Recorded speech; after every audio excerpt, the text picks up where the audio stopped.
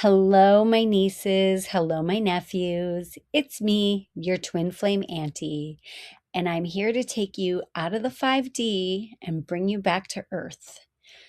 Welcome back.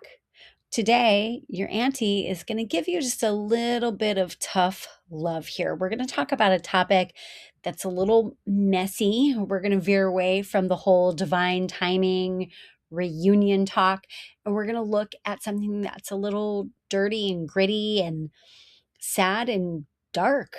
We're talking about why I think my twin flame is a drunk, and even though it completely broke my heart at the time that he left, I am so glad that he left. I still love him. In my fantasy of fantasies, yes, we reunite and get back together, but the truth is, him leaving was a very good thing. Now, to give you some background, I grew up in an alcoholic household. My dad, beautiful man, brilliant, charismatic, beautiful singing voice, funny, but when he was drunk, he was a monster, an absolute monster. And I spent my childhood many times in fear and walking on eggshells.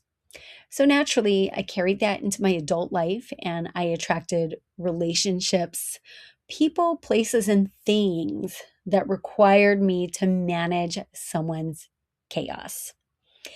Now, when I met my twin flame, I was actually sober. The relationship I had prior to him was like a replica of my dad. My ex-boyfriend drank so much, and I found that I drank on his schedule, and then I ended up going to rehab. Now, it was controversial that I went to rehab because a lot of people didn't think I was an alcoholic. And I didn't think I was an alcoholic, but I did know that I was drinking too much and I didn't know how to get out of it. So I get sober. I meet my twin flame when I have about a year of sobriety under my belt. And we had 6 months of bubble love. And you know what I'm talking about. We talk about bubble love, right? I know that they say a lot of people it's only for a few weeks, but we had 6 months of it.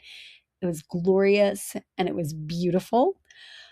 But the day that we became an official couple, I had a drink. I didn't get drunk, I didn't get wasted, but something energetically between us died that day. And we stayed together for a year after that, but the connection, it was just flatlining. And when he finally left me, saying that he wasn't in love with me, I felt like I was just a failure in the world of relationships. So I spent years in the whole dark night of the soul. My dark night of the soul was gnarly and it was on and off for years. And so I tried to dull the pain with, working, dating, and drinking, partying, and all of that. And I remember a year after the breakup, my twin flame, I did not know he was my twin flame back then, messaged me. He said he had been reading my blog. I was on tour with my band. And it turned out that we had both been in Holland at the exact same time, but in different cities. I was in Amsterdam and he was in Rotterdam. And he said, "We got to go have dinner together." And now I said, "Hey, yeah, call me." But I had this intuition that he had a new girlfriend. I don't know why. I think it's when he told me that he was in Rotterdam. I'm like, "Oh, he must have gone with a woman." Because, like, what dude just like goes to Rotterdam for no reason? Or like, what group of guys, right?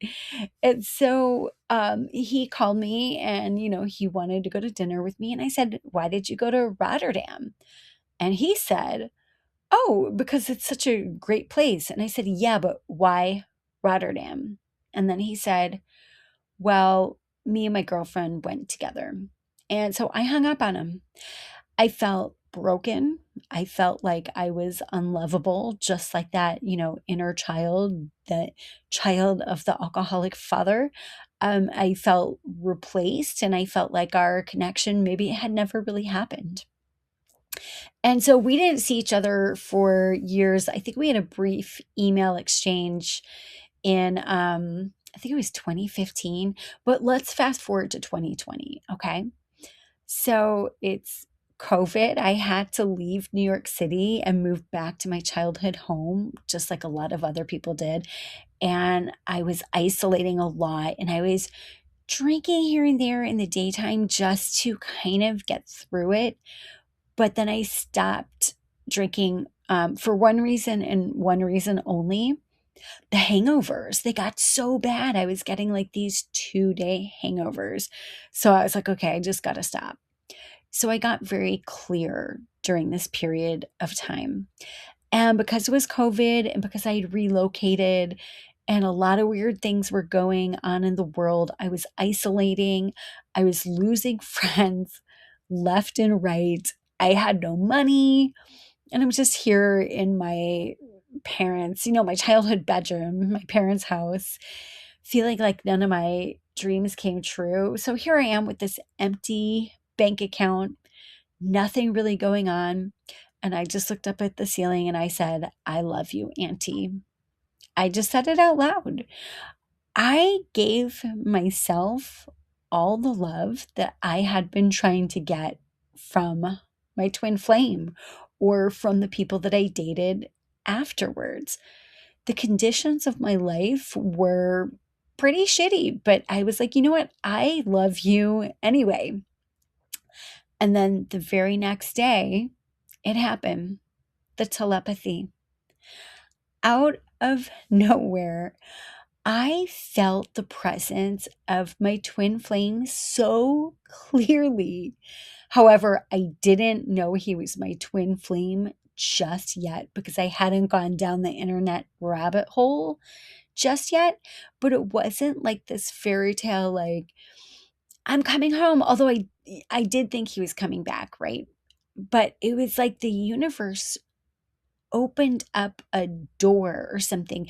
Like I got this little cosmic nudge to finally look at the reality of the man that broke my heart.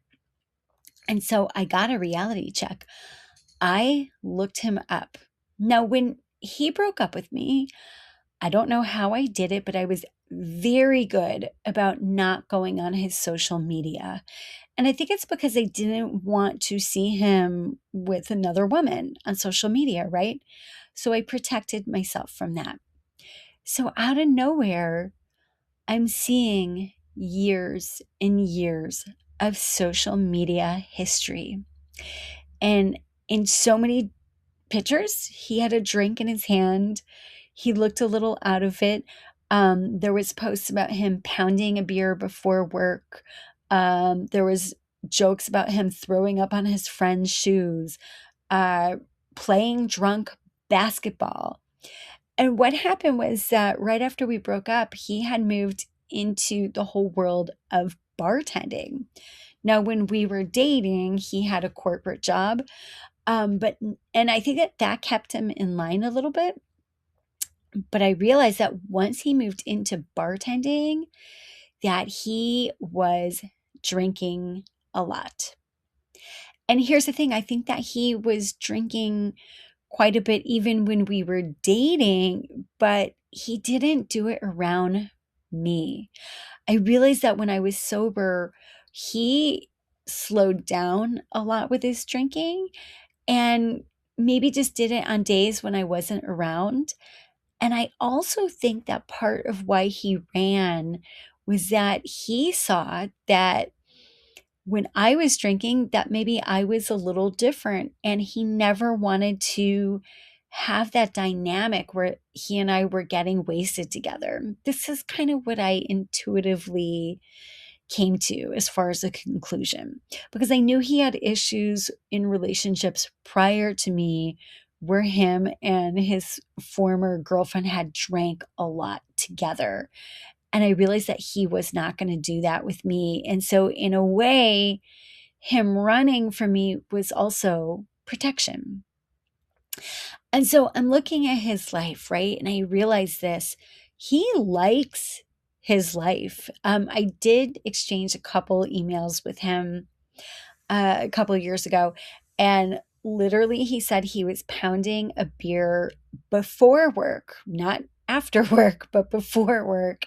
And that it was just a typical Tuesday for him, right? but it works for him, or at least it works for him on the surface. He's got a great bartending job. He's in excellent shape. He's very successful in his field, and he loves to be wasted. Women seem to really love him. Like, I've seen some photos of him and some very hot women hanging out. And I kind of got to, just as much as I wish that we could connect like we have in the ethereal world, I kind of just got to let that be. So let's take a look at that mainstream narrative, right? So the mainstream twin flame narrative says, well, if I stay sober, he will too. My nieces and nephews, I think that's new age codependency. And I just don't agree with that. Like, it's not my job to be his spiritual babysitter.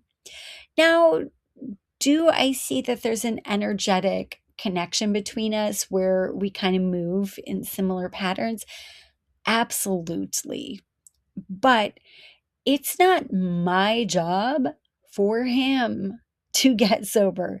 If he wants to get wasted and he wants to drink, then he should drink, as long as he's not hurting anyone or hurting himself. So again, I really think that his rejection was my protection. He did the most loving thing that he could possibly do. He ran from me energetically, and our relationship did not get deeper. If our relationship had gotten deeper, I do think that our issues with drinking would have intertwined, and it could have gotten very, very, very messy. Now, I'm always going to love his soul, but in the 3D, I want a partner who embraces sober moments. They don't have to be sober all the time, but I want a partner that's going to be sober at 4 p.m. or who's going to be sober before they go to work, you know? And so with my personal journey with drinking, I'm not 100% sober, but I'm sober like 98% of the time, which I think is a pretty good percentage there. And from getting to that place, I've reframed a lot of my family conflict. I've learned how to set boundaries in a way I never thought was possible. I look 15 years younger today than I did, 10 years ago, because I'm not carrying the weight of a drunk man's journey. And I can finally hug that little girl who grew up in this very same bedroom and say, hey, we turned out okay. No, I'm not with my twin flame, and I haven't met my soulmate yet, but we turned out okay. And now, speaking of soulmates, I want to talk to you about that girl that my twin flame went to Holland with. Now, he moved across the country to be with her at one point, and I think they were together for about 5 years. And I feel for her. I really do believe that they were soulmates, and I know that they're not together anymore. And I feel for her because since she got into a more serious relationship with him than I did, I'm pretty sure that she did deal with his drunk side. She dealt with him when he was throwing up on his friend's shoes or when he was pounding a beer before work. And I never saw that side of him, which I think is such a gift. And I'm so thankful to him that I never saw that side of him. Now, I'm not going to lie to you. If he did get sober one day because he wanted to do it for himself, I do feel in my heart that we would reconnect. I don't know if we'd get back together, but I do feel like we would reconnect in some fashion. But I'm not going to hold my breath for that, because if he likes his lifestyle, he likes his lifestyle.